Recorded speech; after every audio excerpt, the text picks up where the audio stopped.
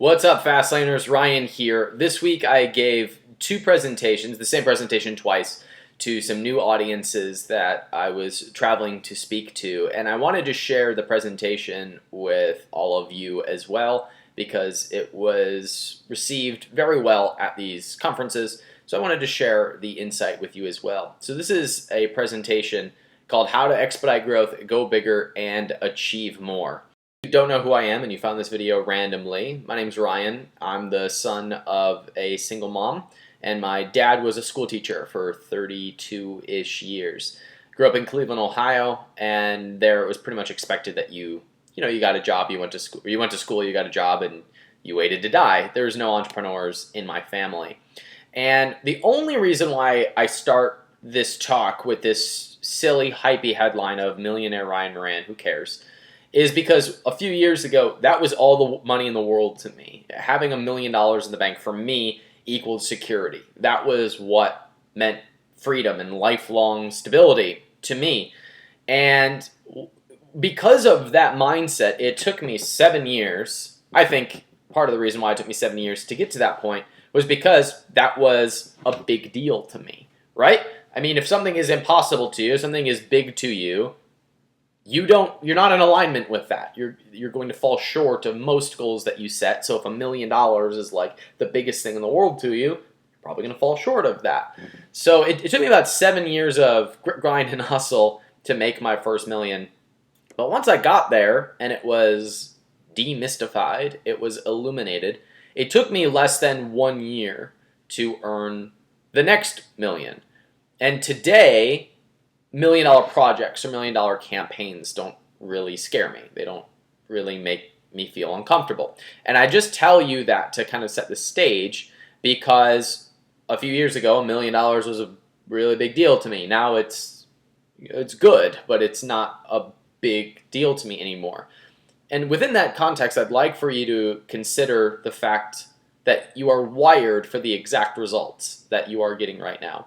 Good, bad, ugly, pretty, whatever they are, I'd like to invite you to consider that you are wired for the results that you are getting. And I have a mathematical formula that is really just a demonstration or an idea of how our results are generated. What makes up our results?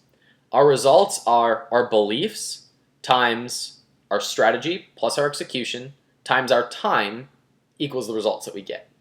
So you might hear the notion that if you had bought Coke stock back in 1850, 150 years ago, you put $100 into it now, it would be worth like $1 billion today or some crazy number.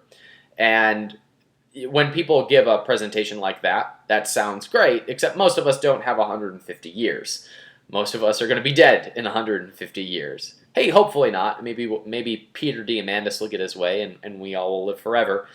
But as it is right now, most of us aren't going to be here in 150 years. So you don't have that.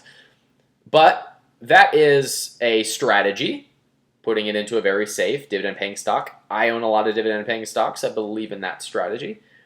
But I don't have 150 years to put it into that. Your ability to execute can increase the output of this equation. Meaning if you've got the best ability to execute, if you can execute strategies like this, and a lot of people can, then you can crank through mediocre strategies and it will overcompensate for a lack of time or a lack of strategy. If you have the best strategy in the world, for example, I teach a lot of entrepreneurs, and some entrepreneurs have better strategies than others. And if they have a better strategy, then the results are going to be better within the context of this execution. But this first part, your beliefs, is how I describe where we set our targets, what we set our eye in, what we're moving toward. I'm not a law of attraction kind of person. I'm not kind of in that mindset of attracting things into our lives, except for the fact that our beliefs tend to drive our behavior. Our beliefs are what put us on a path to form our strategy and our execution and how much time we're willing to put into something. So I put on a workshop for entrepreneurs. It's called The Next Level. It's for people who have about $1 million businesses, and we help them come up with strategies that will expedite their growth and make them grow a lot bigger. And I run them through this exercise that I call the 10x exercise, and it looks very simply like this. Number one, where are you right now? Financially, how much are you bringing in per month? So a person might write down $100,000 a month. And then the second question I ask them is, where do you want to be? And they might write down, I want to be at $250,000 a month. Great. Now, question number three, take what's in box number two, where you want to be, and times that by 10. And invariably, someone will write 2.5. I want to change my number. And this opens up an interesting conversation, because now we have a conversation where somebody says, I want to change my number. $2.5 million sounds really hard to me. It's not really where I want to be. So I want to revise my first number. I really only want to be at $150,000 a month. Or somebody will say, I feel really anxious because I have no idea how I'm going to do 10 times what my desired goal is. And for about 10 to 20 minutes, we have an interesting conversation about what comes up when somebody writes down a 10x goal. And then I pause and I say, well, this is very interesting, because all I've really asked you is what the mathematical calculation of where you want to be times 10 is. And we do this exercise because it creates an environment in which we can analyze how our beliefs are driving certain behaviors. If we believe that $2 million a month is a lot of money, then we put a certain amount of heaviness on that. We put a certain amount of thought power on that. At some point, that person may have thought that $100,000 a month was a lot of money, but they're there now, and they're really not that much different. The only thing that's changed is the money that's coming into their business. So I asked them this fourth question, and that's, how would you have to think? What would have to be normal for you in order for this 10x goal to be normal to you? Because if we can demystify that, if we can illuminate that, then we make it much more likely that they can normalize that idea, that financial amount, and thus move forward closer to their goals. So what drives our beliefs? What makes up our beliefs? Our beliefs are made up of our associations and our input. So the people you hang out with and the things you allow into your brain are what drive our beliefs. Why do some countries have different beliefs about finances, about government, about marriage? Who's right, who's wrong? Depends on what your beliefs are. You're right because they're your beliefs. We derive that from who we hang out with and what we allow into our brains. The books you read, the people you hang out with, the podcasts you listen to, the videos that you watch. That's how we derive our beliefs.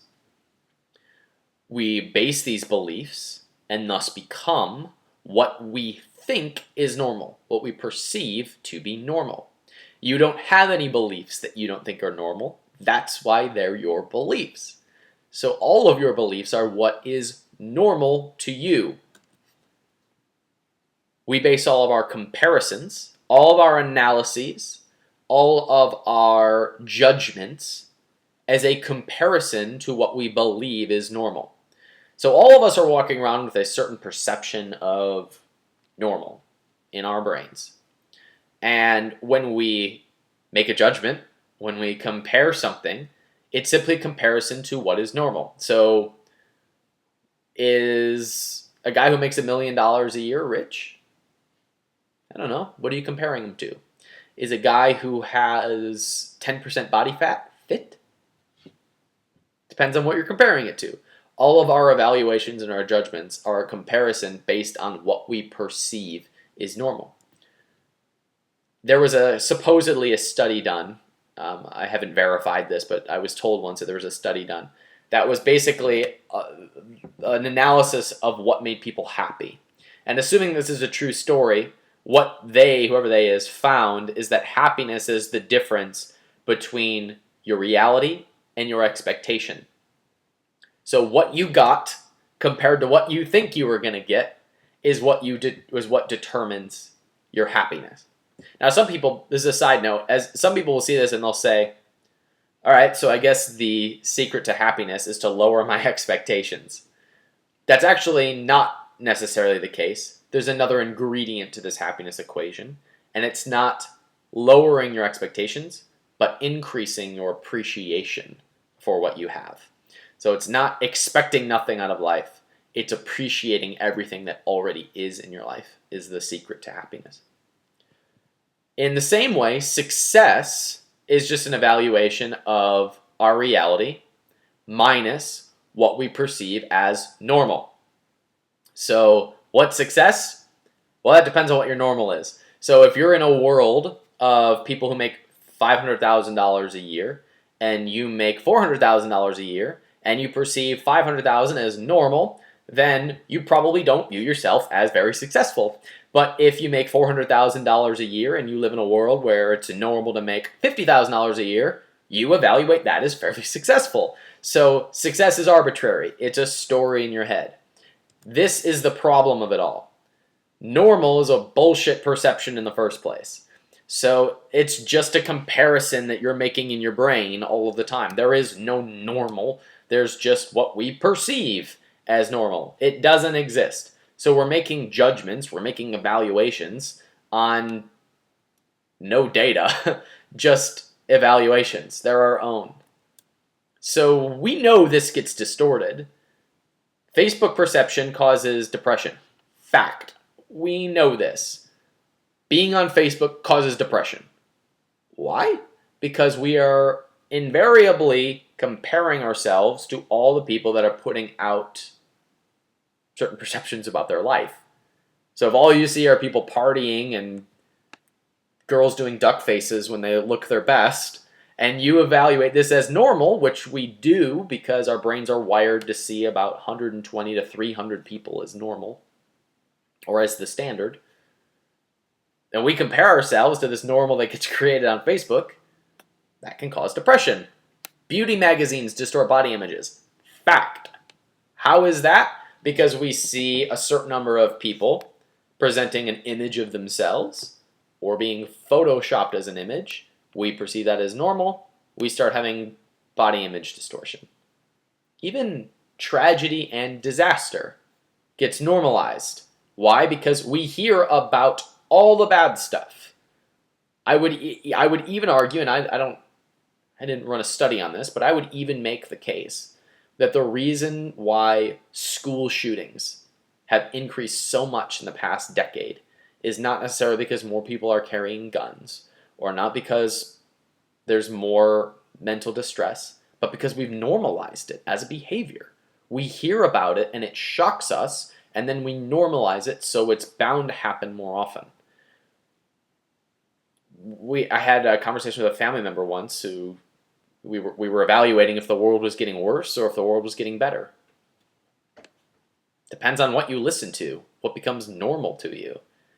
So we normalize tragedy and disaster all the time through the media. An acquaintance of mine, Kyle Cease, likes to ask the question, how unafraid of flying would we be if every time a flight landed, they interrupted a news broadcast to say, we're interrupt this news broadcast to let you know that the flight from Mobile, Alabama to Chicago, Illinois has landed safely and all passengers are in good spirits. And that we did that 1,000 times a day. Nobody would be afraid to fly. But instead, we hear about all the crashes that happen, so we normalize that. Entrepreneurs experience this in what Dan Sullivan, who I think is just the greatest entrepreneurial mind on the planet, he calls this the gap. We tend to normalize our situation, and we want to grow into something, and the grow is out here, or out here, then we grow into that, but our next growth is out here, so we're constantly moving in this state of lack. Even as we grow, we have this gap that eludes us, and we never really feel happy about that unless we stop to appreciate and compare where we came from, rather than where we are going. Now, we love to talk about growth in the entrepreneurial or self-development community, but there's a dark side to growth. So without clear targets, we as entrepreneurs tend to just grow because we think that we're supposed to. And we compare ourselves with that illusory idea, and we always lose that battle because we're constantly comparing ourselves to what we perceive rather than where we are or where we came from. So we have this obsession with growth. And some of you may know the Tony Robbins quote where he says, progress equals happiness. But if we're in growth mode and growth is not making us happier, then our brain does not interpret that as progress. It's actually a problem. Because if we associate growth with hustle and pain and grinding without a feeling at the end of hitting a target and feeling happy and proud of that, then instead we link growth with pain, and that's not progress. So we're likely to sabotage that. There's a quote that I think defines this well, and it's that growth for the sake of growth is the mentality of cancer. So here's how we can flip it. Here's how we can switch the game on its head and actually use it to our advantage. By normalizing the behaviors and the results that we want so that they're no longer big or impossible to us, that makes growing into those goals very natural and consistent with our beliefs. So if what we want is normal to us, then it's natural for us to step into that, and it now lines up with our beliefs and our perceptions. If we want happiness at the same time, we simply compare our results as we grow to where we came from and practice active appreciation. My best friend Mark Jenny saw me give this talk, and he said, I don't know what people do if they don't have active appreciation practices. When do you get happy if you're not actively practicing appreciation? What are you chasing if you don't appreciate everything that is in your life and where you are going? When do you stop? What's the end game if there's no appreciation? I know very, very few growth-minded people who are also happy. I know a lot of happy people who don't grow, and I know a lot of growth-minded people who aren't happy, but I don't know very many people that are both. And the secret, or the missing ingredient between those two, is appreciation. So I modify the equation here to say association times input plus appreciation equals that elusive growth and happiness result. This is a guy named Friedrich Drumpf. He was an immigrant from Germany, and he came to the United States, and he was forced to be an entrepreneur. From what I have read about Friedrich, which isn't much, my understanding is that he kind of had to become an entrepreneur because I think he was either kicked out of Germany or was not a legal immigrant, and he kind of had to do things under the table. So he had some barbershops, which some people think were undercover brothels, and he also started to invest in real estate, and he got pretty good at investing in real estate.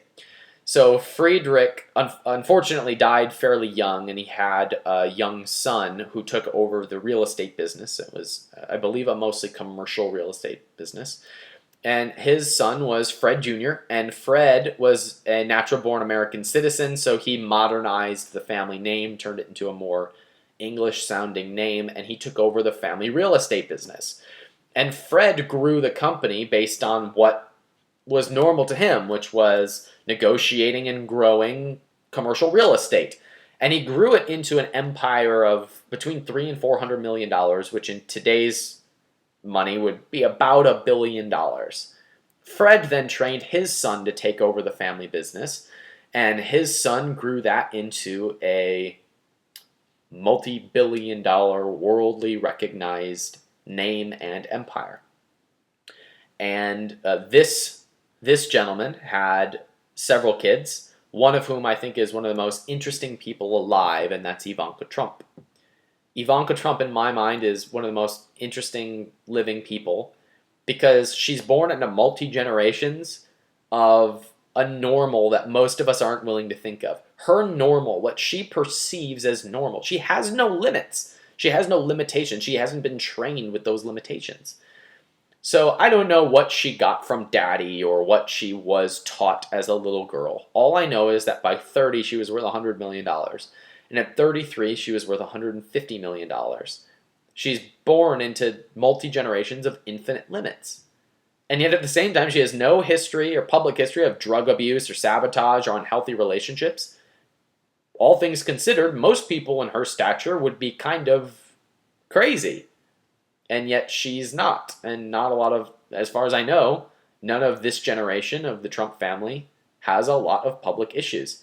And she has 2 children who will have 3 generations of absolutely absurd, almost incomparable wealth. and a daddy who at least ran for president. God forbid he becomes the president, but if that's the case, that's just like another level of normal that this family will have grown into.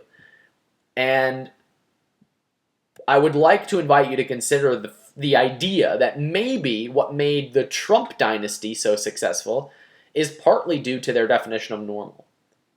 They don't have limitations. And as a result, you have the Ivanka Trumps of the world who, in her late 20s, is worth almost $100 million with her own businesses. Yes, she had great associations, and she had the Trump last name, which probably opened some doors for her. But she also has a very interesting view of what normal is based on her associations. So I'm hoping to open up your mind to the idea that if you want different results, one of the ways that you can do that is to change your idea of what normal is by forcing new associations and different inputs. And again, that's the people you hang out with, the people you listen to, what you read, etc. So in our community, in the world of entrepreneurship and making a lot of money and growth and self-development, we're obsessed with that idea of growth and crushing it and hustling. But why then do so many people stay exactly where they are? Why do so many people in this community who are obsessed with growth or talking about growth stay where they are? Well, there's a few reasons. One, the first part of our brain to evolve is the reptilian brain. I've heard it called the croc brain. It's that part of our brain that is made to keep us alive. It's made to just ensure that we survive. It's the same part of the brain that makes my cat run away when I move too fast. It's the part that feels fear. It's the part that tells us something ain't right. We're not safe. When we listen to that, we tend to stay where we are. We also are very good in our little community of associating pain with growth rather than pleasure. I have a coach who compares this to the little kid in the back of a car who's promised that we're going to go shopping and driving around for an hour, but at the end we're going to get McDonald's. And then after an hour, the parent turns to the kid and says, actually it's going to be 13 hours, but the McDonald's is going to be amazing at the end of it. And we are really good at just kicking appreciation and satisfaction and gratification so far down the road that we never really enjoy our success. So we associate pain to growth rather than pleasure to growth. So why in the world would we grow more? We can solve this by putting a clear reason for the growth or what we will enjoy differently once we have hit the target of the growth that we want to experience. But most of us don't set a clear reason or a clear target. We just grow for the sake of growth.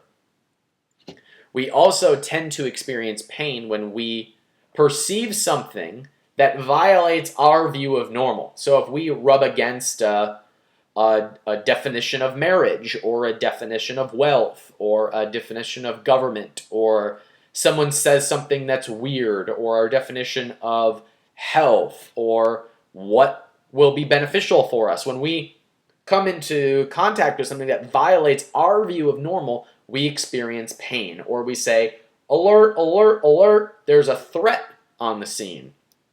I believe that part of the reason why racism exists, and I am no scientist or psychoanalyst, but I believe that part of the reason why racism exists is because the part of our brain that says what is normal, mostly who we hang out with, tend to be people who look like us. And then when we encounter somebody who looks different than us, who acts differently than us, the part of our brain that's supposed to keep us alive and say danger goes, hey, this ain't normal, alert, alert. Now, as we are becoming more open as a society, meaning we interact with people of all types of cultures, I like to think that that will lessen. But anyway, you get the point. When we see something or perceive something that violates our view of normal, we experience pain, or the brain says, threat, alert, pay attention. So, if we have targets, if we have desires that violate what we perceive as normal will likely sabotage. So if you want to earn $1 million a day, but you don't see that as normal, you will likely sabotage that because it violates what you view as normal. In some ways, your brain sees that as a threat. So what makes you think that you're going to achieve that target? This is why I bought a Tesla. You can change this version of normal. You can normalize anything. Have you ever experienced like a rush of some kind, and then after experiencing it a few times, the rush doesn't come as strong anymore? It's because your brain normalizes that behavior. Your brain can also normalize price points, levels of happiness, your self-value. So I bought a Tesla because a few years ago I bought my first ever new car. And no one in my family has ever driven a new car, to my knowledge. Most people in my family buy used cars, or at least slightly new used cars. In fact, it was growing up, I kind of had this thing against new cars. You don't want to drive a new car off the lot. It depreciates 25%. So a few years ago, I broke this pattern. I was very proud of myself. I bought my first ever new car. It was a shiny, brand new, turbocharged, double moonroofed Kia Sportage. Her name is Bruce. I still own Bruce. She's a beautiful orange Kia Sportage, and I love Bruce. But I noticed that when Bruce had 65,000 miles on it, and she started to get a little bit messier, and there was a car seat in the back seat where Esther rides in Bruce, I started to notice that my thoughts were a little bit different than the day that I brought Bruce home from the dealership. So I decided to stretch my view of normal, and I bought a brand new Tesla 85D, and I rather enjoy driving my Tesla. And I also notice that when I drive my Tesla, I think a little bit differently than when I drive my Kia. I just have certain different thoughts. I go into a different state of mind. And in that sense, my Tesla was like an investment in my normal, in stretching my view of what's possible and what's okay for me to have. So we love as entrepreneurs and growth-minded people to talk about crushing it and hustling and making a lot of money. But most of the people I know walk around with this deep sense of insecurity that it's all going to go away. Security is not a real thing. It's just a feeling. It's one of those comparisons that you make in your head. And most people have a very low sense of what security is, so they feel insecure. If you don't think that your clients and your customers read into that incongruence, you're either giving your acting abilities too much credit or you're giving yourself too much credit. We can solve this problem by changing what we perceive as normal, practicing active appreciation, and defining the rules for you about what security is. So, security is an illusion, it's a feeling, and you get to set the rules for what makes you feel safe. The game is you get to pick what you compare yourself to. So I a few years ago, when I was just out of college, I was making good money, but I felt so unsafe. I felt so insecure. And I finally said, this is ridiculous. This is not benefiting me at all. I feel like I need to extract as much as possible to make myself feel safe. This is absurd. This is insanity. So I finally said, okay, this is what I want in order to make me feel safe. And that was just $100,000 in the bank and a regular investment plan for passive cash flow. If I do that, I feel safe. Great. Now I can take strategic risks. Now I can swing for the fences. Now I can work on stuff that I think matters. And that gives you more security because you attract a different level of client. You attract a different level customer when you're operating from that place. And based on that, my career and my business took off because all of a sudden I defined what I needed to be secure, and then I started swinging for the fences because I'm secure, I'm safe. Now we can take some strategic risks, and that provided real security. So here's some things I want you to take away. If nothing else, realize that your results are the product of your beliefs combined with your ability to execute a winning strategy over time. You can expedite the speed and magnitude of your results by changing your beliefs, which are defined by your associations and your input. you experience happiness by practicing active appreciation. You get to control your perceptions and your definitions of normal, and that will influence your output. And you can change those by changing your input and your associations. So, how do you get around higher associations and better inputs? Well, we can change our inputs within like a second by being in masterminds, going to events with high-level people, reading books by people who think completely differently than you, listening to higher-level thinkers, attending events that make you uncomfortable, being around people that stretch your view of normal, up-leveling the people you hang out with. I call this your success network. An acquaintance of mine named Ty Lopez, he has a great rule of 30. Or somebody asked me, where's the extra 10%? And I was like, all right, I guess the rule of thirds, or 33%. Spending 30% of your time with mentors who just scare the pants off you and make you feel uncomfortable. 30% of your time with people at your level, and then 30% of your time giving back to people who don't have as much as you. That ups your active appreciation because you realize that there is a different definition of normal. So these are the guys I follow. You know, my dream, my goal is to own the Cleveland Indians. A lot of people know that. And I tuned into Grant Cardone one day, and I heard they own $350 million in real estate. I said to myself, that would be a great down payment on the Cleveland Indians. Interesting. So I started studying his beliefs and his habits and his business, because that takes me out of what's normal for me and gets me to think what's normal for him, and that will propel me toward my end goal of owning the Cleveland Indians.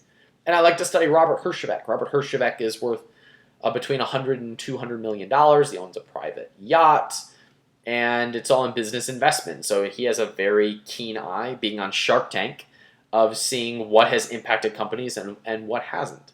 And I follow these guys in order to change my view of normal. I recently became acquaintances with Jeff Hoffman. He's one of the founders of Priceline.com.